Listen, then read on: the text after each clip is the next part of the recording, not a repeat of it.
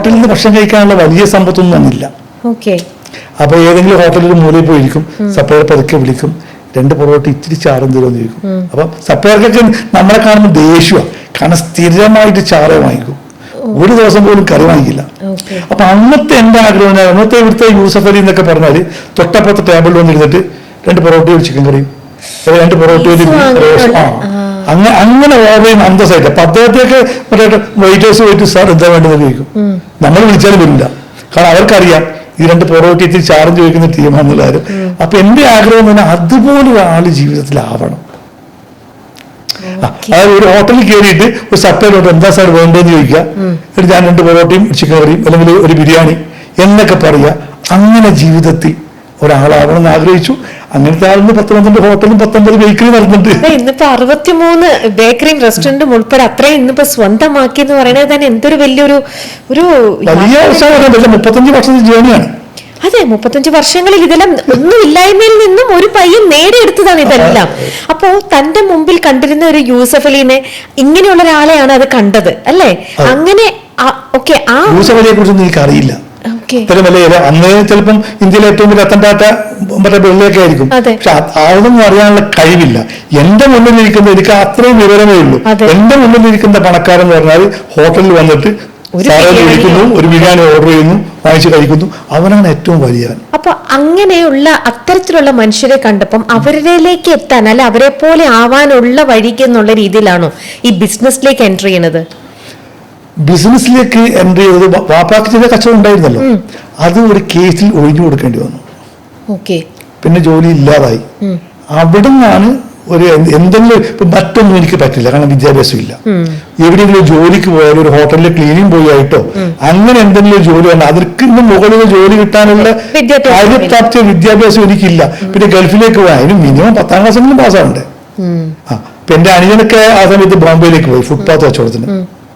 അപ്പൊ ഞാൻ ഇവിടെ എന്തെങ്കിലും ഒരു കച്ചവടം അങ്ങനെ ഞാൻ പല ഇന്റർവ്യൂവിൽ പറഞ്ഞിട്ടുള്ളതാണ്. ഉമ്മ തന്ന കുറച്ച് സ്വർണം കൊണ്ടാണ് ചെറിയൊരു കട തുടങ്ങുന്നതും ഒരു ബേക്കറി അല്ല, ആ ബേക്കറി അല്ല തുടങ്ങുന്നത്. എനിക്ക് എന്റെ വാപ്പ എന്നെ പഠിപ്പിച്ച കച്ചവടം സ്റ്റേഷനറി എന്നിട്ട് ഈ വളയും മാലയൊക്കെ വെക്കുന്ന കടയാണ്. എനിക്കതേ അറിയൂ. അങ്ങനെ ഞാനൊരു കട എടുത്തപ്പോൾ അത് തന്നെയാണ് തുടങ്ങിയത്. പക്ഷെ അതിനോട് അതും ഫ്ലോപ്പായപ്പോ അവിടെ ഒരു മുമ്പൊരു ബേക്കറി ആയിരുന്നത് കൊണ്ടാണ് ഇത് ഫ്ലോപ്പായി പോയത്.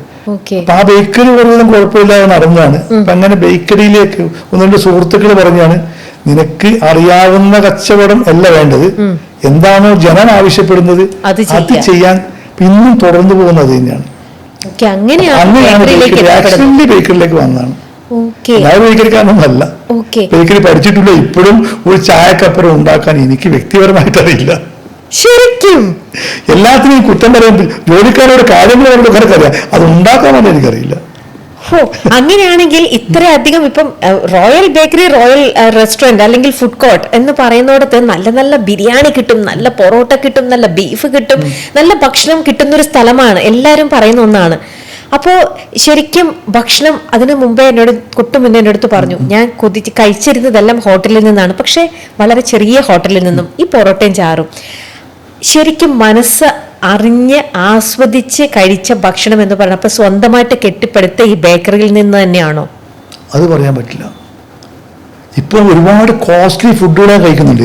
എന്റെ പല ഷെഫുമാരും പല വെറൈറ്റി ഉണ്ടാക്കിയിട്ടും എനിക്കൊണ്ട് സാർ ഒന്ന് കഴിച്ചു നോക്കൂ, അന്ന് അന്നത്തെ സ്ഥിതി മാറിയിട്ട് സാർ കഴിച്ചു നോക്കൂ, ടേസ്റ്റ് നോക്കൂ.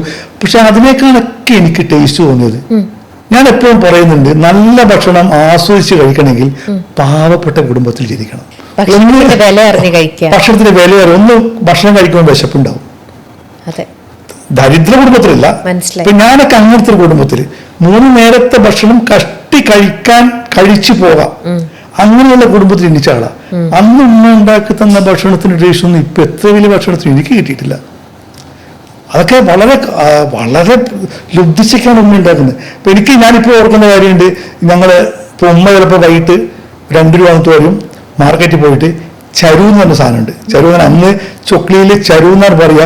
ഈ വലയെന്നൊക്കെ പോകുന്ന ചെറിയ ചെറിയ മീനുകളുടെ, അത് പാവപ്പെട്ടവന്റെ തട്ടുന്നോട് തട്ടൻ്റെ അവിടെ. വലിയ വലിയ മീനുകളൊക്കെ വേറെ വെക്കുന്നുണ്ടാവും. പാവപ്പെട്ടവന് 50 പൈസ 1 രൂപയ്ക്ക് ഇങ്ങനെ ഓരോ കൂട്ടി വെക്കുന്ന തട്ടുണ്ട്. അത് ചെറിയ പൊടിച്ചമ്മി, പൊടി നങ്കി, അതുപോലുള്ള സാധനങ്ങൾ ആർക്കും വേണ്ടാത്ത സാധനങ്ങൾ. അപ്പൊ അത് ഉണ്ടെങ്കിൽ വാങ്ങിച്ചോ, ഒരു രൂപക്ക് പച്ചക്കറി മാസം വിടും. അപ്പൊ ഞാൻ അത് ഉണ്ടാവട്ടെ എന്ന് പ്രാർത്ഥനയിലാണ് മാർക്കറ്റിലേക്ക് പോകുന്നത്. ചിലപ്പോൾ ചെല്ലുമ്പോഴുണ്ടാവും. അപ്പൊ 1 രൂപക്ക് ആ സാധനം വാങ്ങിക്കും. അത് വീട്ടിൽ കൊണ്ടുവന്നിട്ട് ഉമ്മ മുളകിട്ടൊരു കറി വെക്കും. അത് ഉമ്മ വളരെ ലാവിഷായിട്ടൊന്നും വെക്കുന്നില്ല. ഇപ്പൊ ഉമ്മക്ക് ശരിക്ക് 3 ഒരുപാട് ഇൻഗ്രീഡിയൻസ് ഉണ്ടാവില്ല. ഒരു മുളക് പൊടി, മല്ലിപ്പൊടി, അങ്ങനെ 1-2 ഇൻഗ്രീഡിയൻസ് ഉള്ളൂ. അതിനൊക്കെ വളരെ പിശുക്കിയെടുക്കൂ. കാരണം ഇത് വാപ്പ അടുത്തവണ വരുന്നവരെ നിൽക്കണം. ഇല്ല, അടുത്ത വാങ്ങിക്കാനുള്ള പൈസ ഉമ്മയുടെ കയ്യിലില്ല. അപ്പൊ പലപ്പോഴും ഞാൻ കാണാറുണ്ട്, ഒരു സ്പൂൺ എടുത്തിട്ട് അതിന് കുറച്ച് അങ്ങോട്ട് ഇടും, വീണ്ടും ചട്ടിയിലേക്ക് ഇടുമ്പോൾ പിന്നെയും കുറച്ച് ബാക്കിയാക്കി നിങ്ങളിലേക്ക് ഇടും. അത്രയും പിശുക്കിയിട്ടാണ് ഉമ്മ ഉണ്ടാക്കുന്നത്. പക്ഷേ ആ കറി വെച്ച് ചപ്പാത്തിയുടെ കൂടെ കഞ്ചി പേർക്കായിട്ട് ഇങ്ങനെ ഒരു പ്ലേറ്റിൽ ഒഴിച്ചു തരും. അതിന്റെ ടേസ്റ്റ്, ആ ടേസ്റ്റ് ഒന്നും ഇപ്പൊ ഒരു ഭക്ഷണത്തിനും എനിക്ക് കിട്ടിയിട്ടില്ല.